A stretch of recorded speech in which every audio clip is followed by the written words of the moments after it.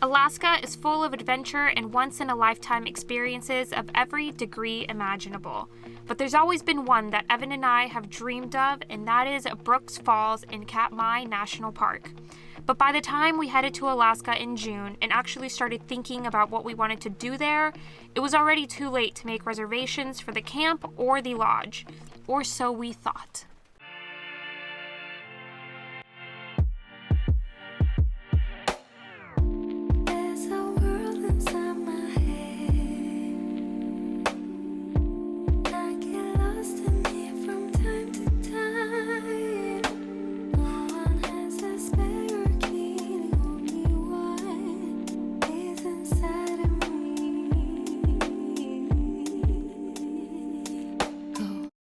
After talking with some friends and locals in August, we learned that the salmon season was running later than usual, meaning the bears were still out, but the crowds were gone. We rallied with our friends Brittany and Adam and decided if we don't find a way out to Brooks Falls now, we may never get to have this chance again. So we called around to every float plane service in town to get the best price, quickly dusted off our backpacking gear, and just 3 days later, we were off.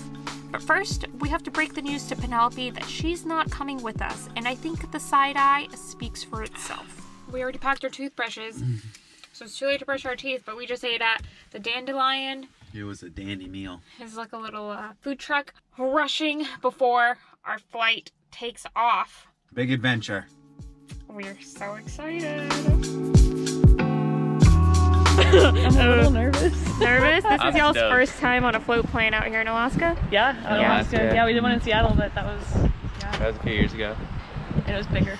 And it was much bigger. And somehow the girls got their stuff in the damp area, and the boys are keeping their stuff in the dry area. Can you explain? I wonder if they'll be gentlemen when our shit's wet.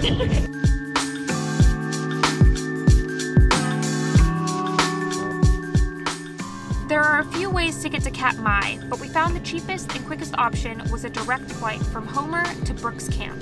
The hour-and-a-half flight took us over a volcano, beautiful mountain ranges, and some of the blue lakes in the region. After a smooth landing on the doorstep of Brooks Camp, our awesome pilot, Andre, gave us a fun fact about the rocks on the beach of Naknek Lake. You see this rock? Will it float? I got it.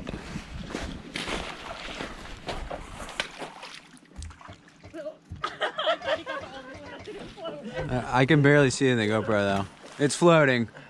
Okay, if it wasn't clear already, we made it to camp. Plane, camp.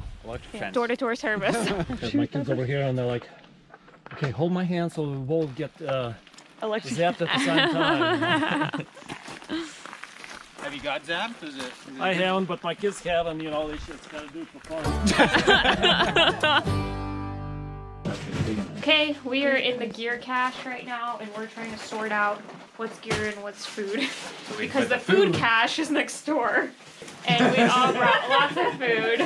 Brittany brought a whole bundle of bananas and rice and bread. glamping? I will say, coconut water? What is it? Oh, this is wine. Oh. Opposite of hydration. We had to walk literally 5 steps from the boat to the cache. So our packs could have been 100 pounds and it would have been fine. About to set up our tent. Just like that. And here we are.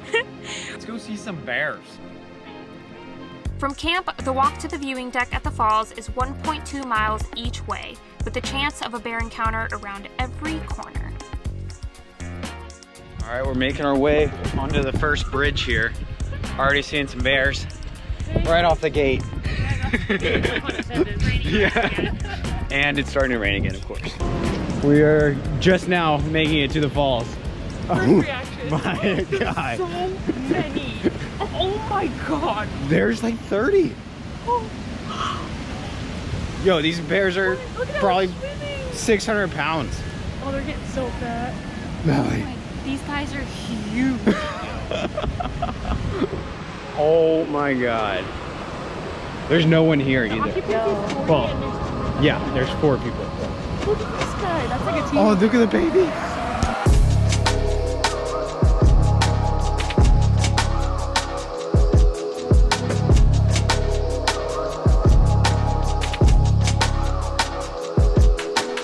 The bears here in Katmai are considered to be brown bears or coastal bears, whose food resources include salmon. Unlike grizzly bears, who typically live further inland and don't have access to marine-derived food resources. The large male brown bears in the park can routinely weigh over 1,000 pounds. And because of the abundance of food source here at the falls, the bears tend to tolerate each other and the presence of humans more than bears seen in other places like Yellowstone. Just like Penelope, all talk.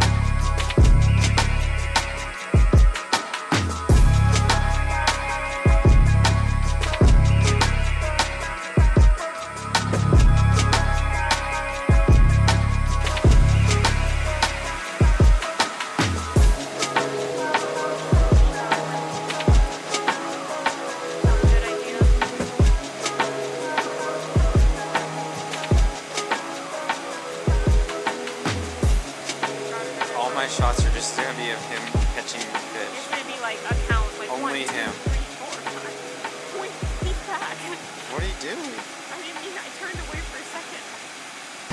I don't think we've processed what we're witnessing, where we are, how insane it is what we're seeing right now. Half bear, half hippos. Some of them are maybe bigger than some hippos. This is the craziest. They're really good at catching fish. Or the fish. There's just so many fish. All but one. All but one. Who was nicknamed Levi. Yeah, this guy hasn't caught much. He's a scavenger. Once we saw the cubs were getting ready for bed, we decided it was time for us to head back to camp. First day of the falls, and we couldn't have planned it any better. First evening, not even a full day. That we still have 2 more of. Tons of bears. Flight seeing over here was amazing. Yeah, I mean, we have some incredible photos so far. But, you know, there's that like iconic shot where the fish is flying in the air and it's about to land in the bear's mouth, but isn't quite chomped yet. That's what I'm looking for. Other side. Human and bear. Yeah, these are so hard to open.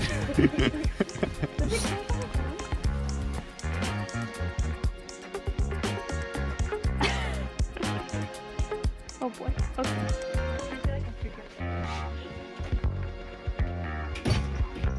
The problem here is the humans, not the bears.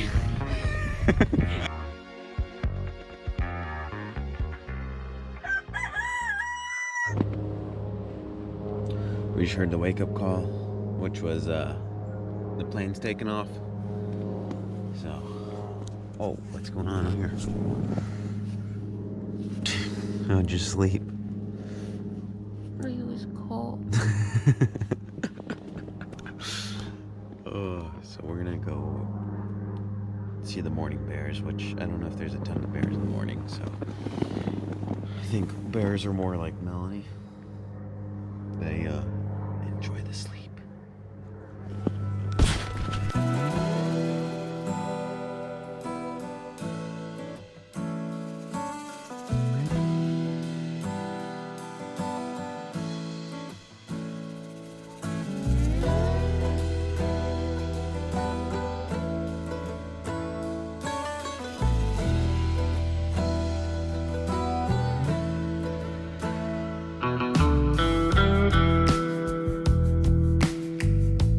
Like Evan said, it seems the bears like to have slow mornings like me. We all start with a little stretching, scratching, and lounging. Except for these 2 who took a double shot of espresso this morning. Let's go.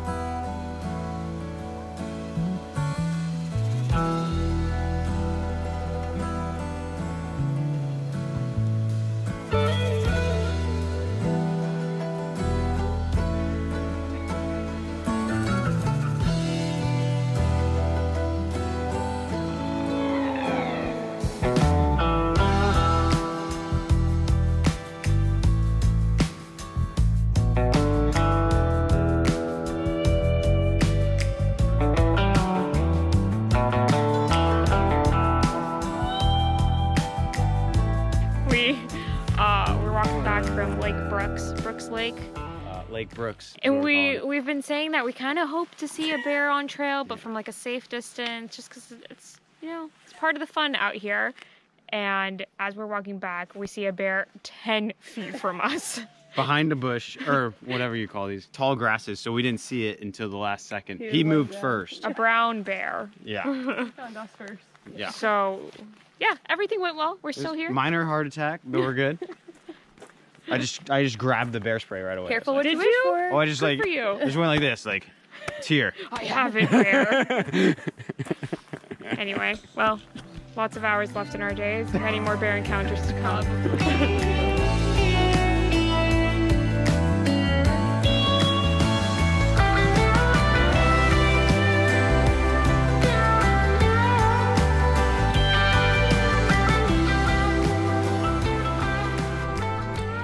There are a number of methods the bears use when fishing, like the dash and grab that requires a precise strike to pin the fish to the river bottom, or the snorkeling method to get a better look at the fish below. The more timid or less dominant bears will hang out downstream from the falls where the fish are still abundant.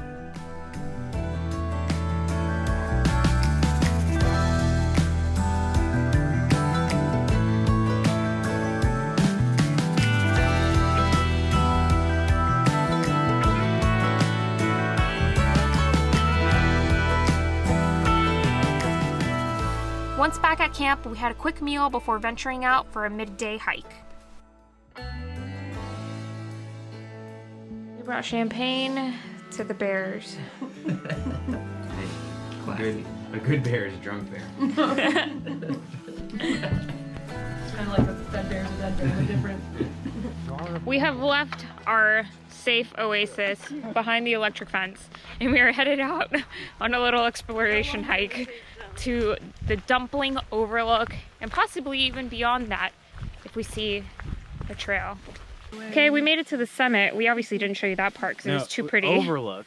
Oh, I said the summit. My bad, the overlook. Now we're thinking we should try and go for the summit, but this is what the trail turned into. Not much of a trail. Oh, even though It just opened up for a second, but I think it's luck. From our viewpoint on the trail, you could see how the bottleneck gets created at Brooks Falls between Neck Neck Lake on the left and Brooks Lake on the right.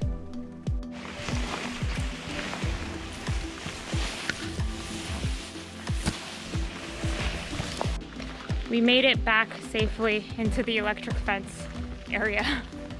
No bear encounters. It's still early in the day-ish, so we're gonna hang out, relax, go check out the bears, have an early dinner, and then check out the bears again.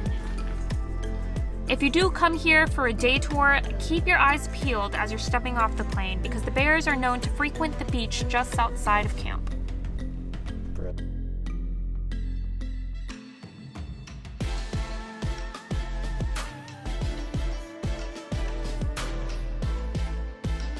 Our early dinner, and we played Catan and got whooped.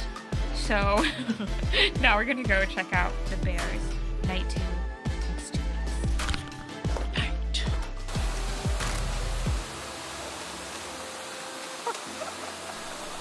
Back at the falls, the salmon weren't jumping as much as the previous day, which led to some hangry behaviors.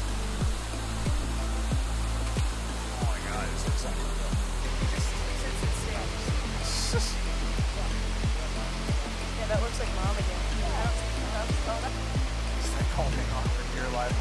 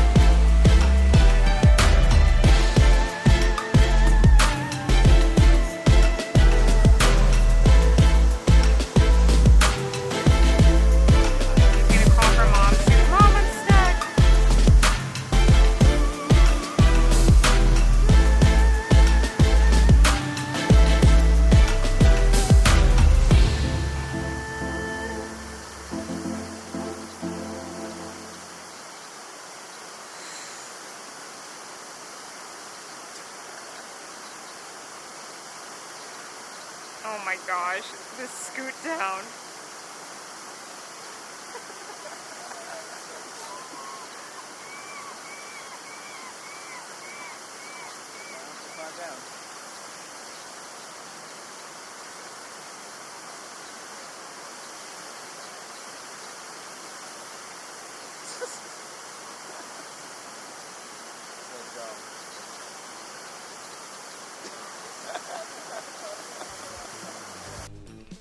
We ended our second day warming up around the fire at Brooks Lodge, which turns out isn't exactly roughing it. But this isn't the end of our time in Katmai. Be sure to subscribe so you don't miss part 2 next week. Apparently, we may have a bit of a curse. We are waiting for a float plane on an island with no roads and no service. It's only No communication to our pilot.